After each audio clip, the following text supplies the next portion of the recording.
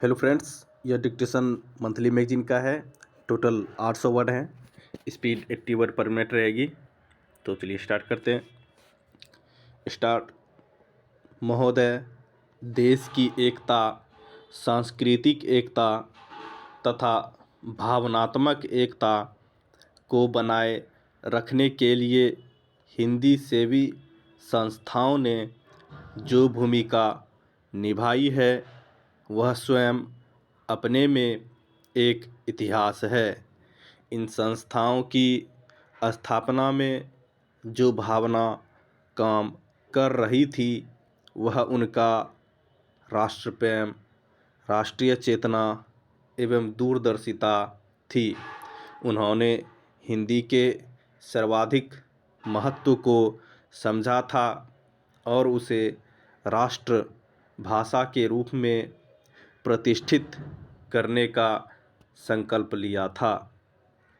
पूज्य बापू ने भी यही संदेश दिया था कि राष्ट्रभाषा के बिना राष्ट्र गूंगा है।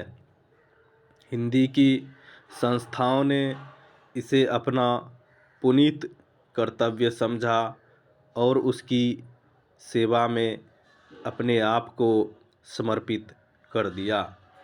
इसी परिवेश में इन संस्थाओं के महत्व और योगदान का मूल्यांकन होना चाहिए। देश में आज अनेक हिंदी सेवी संस्थाएं हैं।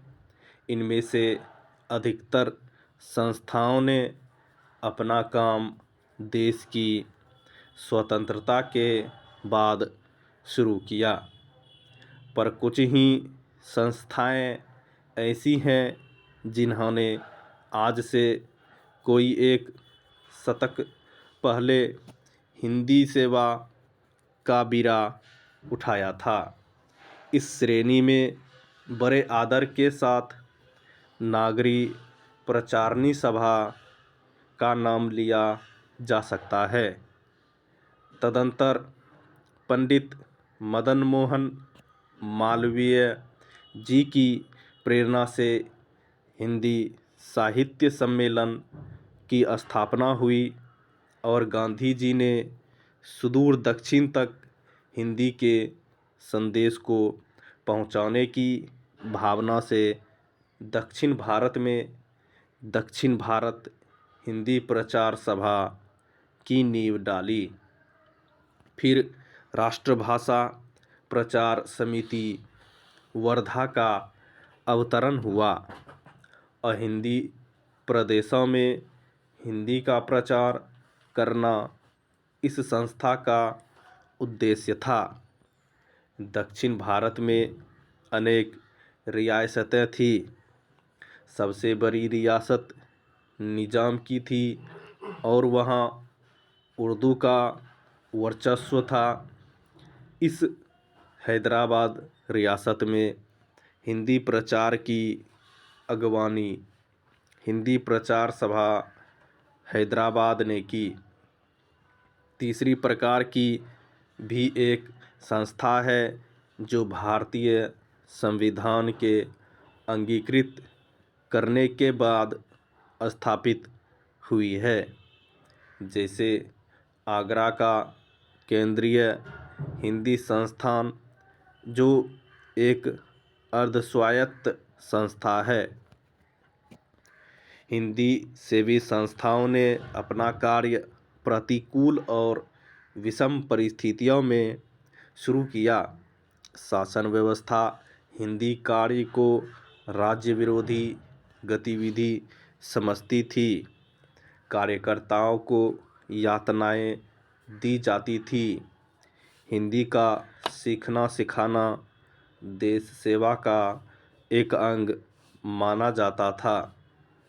सीखने वाला यही समझता था वह राष्ट्र का ही काम कर रहा है और सिखाने वाले के मन में यह भावना रहती कि वह देश की सेवा कर रहा है। वास्तव में यही प्रबल भावना देशवासियों को हिंदी सीखने के लिए प्रेरित कर रही थी।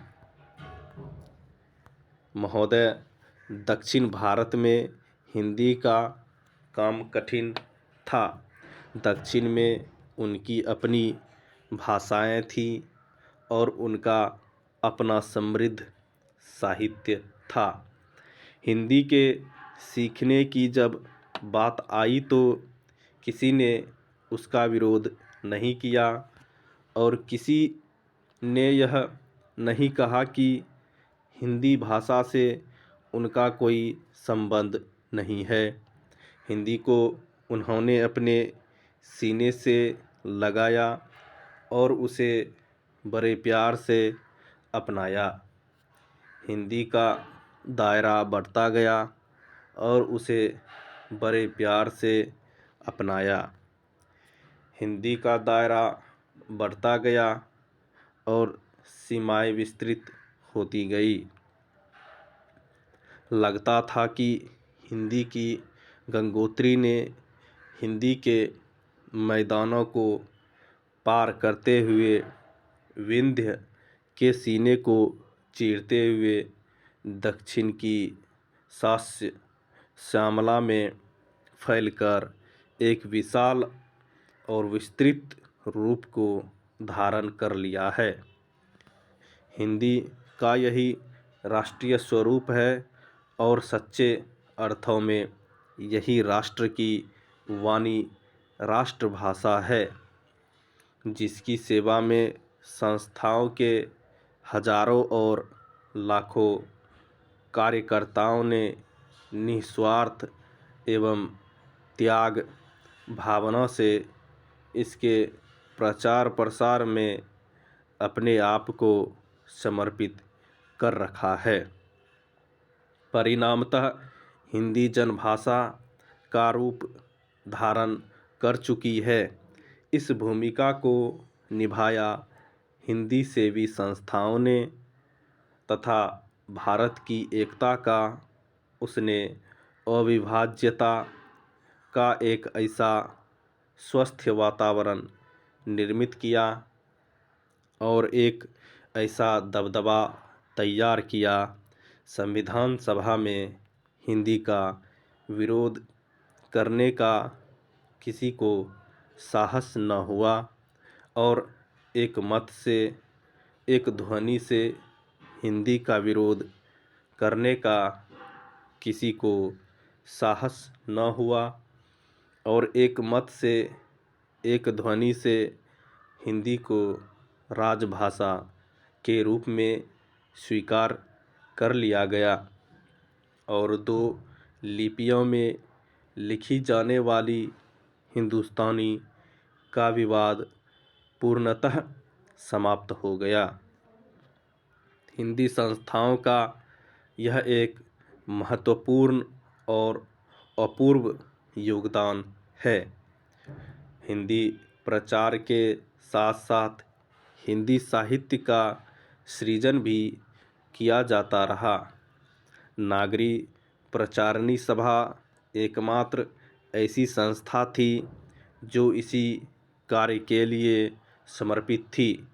अनेक हिंदी विद्वान अपने तप और साधना से साहित्य अनेक विधाओं को समृद्ध करते रहे और एक बड़े अभाव की उन्होंने पूर्ति की।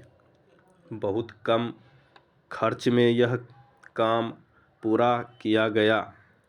आज केंद्रीय सरकार एक एक पारिभाषिक शब्द पर लाखों रुपए व्यय करती है। नागरी प्रचारणी सभा ने जो महत्वपूर्ण ग्रंथ तैयार किए, यही काम सरकार करती तो उन पर करोड़ों खर्च हो जाता।